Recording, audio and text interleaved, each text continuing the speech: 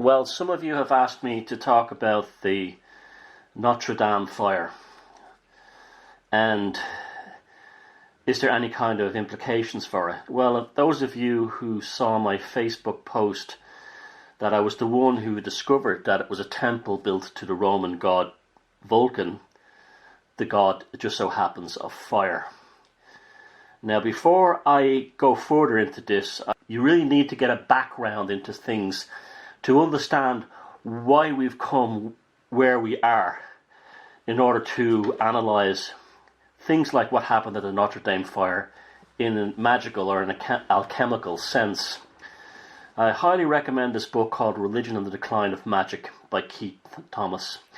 It basically shows how the persecution of witchcraft, although he doesn't outline this as a philosophy, this is the assumption you get coming from it, that the persecution of witchcraft was essentially a dialogue between the emerging world of science and the church, both the Catholics and the Protestants, to eliminate the idea of magic and witchcraft in order to facilitate a more biblically friendly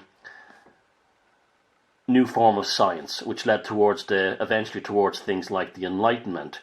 And this was basically a snow job by Christianity in order to remove magic and the idea of magical forces and archetypal understandings of reality away from the masses to either put it into it's God's will or it can be explained by science. And that's the irony of the scientific revolution. It owes its existence to the persecution of witches and magic, particularly the work of groups like Opus Dei later on, and before that the Jesuits, they played an enormous part in this. So I highly recommend this book, Religion and the Decline of Magic by Keith Thomas. Now, before I get into that, let's go and talk about a few things. Yes, I told you that it was a temple built by the pagan Roman boatmen of Paris to the god Vulcan and to the god Jove. And that's significant, and I'll tell you that first why later. Also, in this part of Europe, well, everywhere, but because it's particularly where Notre Dame is, it's precise. If you draw up the opening of Notre Dame, like all Christian Catholic churches, built face towards Jerusalem. But because of the unique location of Notre Dame, it continues on to Mecca. If you set a course through the Holy See, it continues to Jerusalem and to Mecca. Now, these kinds of things are significant. Now, before I go into that, I want to take your mind back a few years ago to when the previous Pope in St. Peter's Square released doves as a symbol of peace. And what happened was the doves were immediately torn asunder by ravens. And I wrote an article about it on my website. It's down below. It's highly significant in lots of ways. He was the first Pope ever to lose his job. Now, they tried to make light of this, but the Jesuits and the Catholic Church hierarchy would have seen that with ominous foreboding. And what the ominous foreboding is, the restoration of paganism. Because really the greatest threat to Christianity and the Vatican is not Islam. It's the resurgence of European paganism, and in particular classical paganism. And they would have seen that right away, and hence why that Pope was removed in an unprecedented development and replaced with a Jesuit Pope from Argentina. They are very friendly towards Islam because eventually they see Islam as being, they're playing in terms of centuries, millennia, not in 4 or 5 years, and they're seeing Islam as potentially being reincorporated back into Catholicism, just like Greek Orthodox is.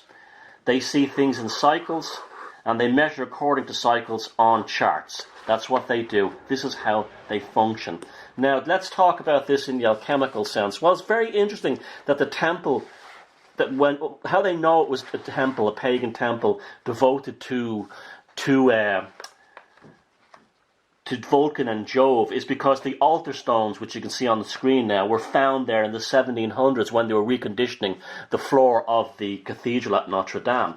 Now, why is this significant? Well, and this is very important, within Greek mythology, Vulcan relieves Jove of a headache and hits him on the head with an axe on the forehead, and from that is released Athena. And I can guarantee you, you're going to get some very powerful Athena archetypes. Things. Now, look at her symbol as an owl, but it's also, she's one of the torch-bearing goddesses as well. Again, this is how the Vatican will see these things. They will tell you stories, and they'll get Marcon to say things like, oh, we're going to build a new multi-faith church. The Vulcan smashed the forehead of Jove, the temple of Jove in Notre Dame. Athena rose, the light came in, and the first time in probably 1,000 years, the constellations representing the Hellenic and the Roman gods in the sky, along with our beloved Lucifer, is now shining into the center of Notre Dame. Now, people are saying it was an inside job. There's absolutely no doubt that that fire was extremely suspicious. But I believe it was a magical fire. I believe that that happened and burned the way it did because certain forces that the Catholic Church and Christianity themselves are terrified of was released. That is, the pagan temple beneath Notre Dame. Now, of course, we've been pointing out too the tarot card by Aleister Crowley in the Thoth deck. Now, that's very interesting in itself because the Thoth deck card almost certainly shows what happened at Notre Dame. There's even the dove there, the dove of peace, being blasted out by the eye of providence as the tower collapses.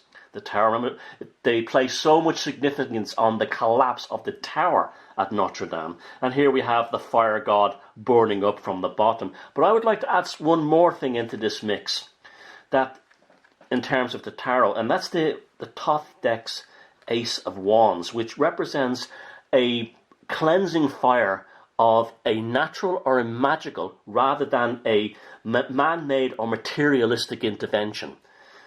And that's, to me, is the significant factor in all this, that Notre Dame represents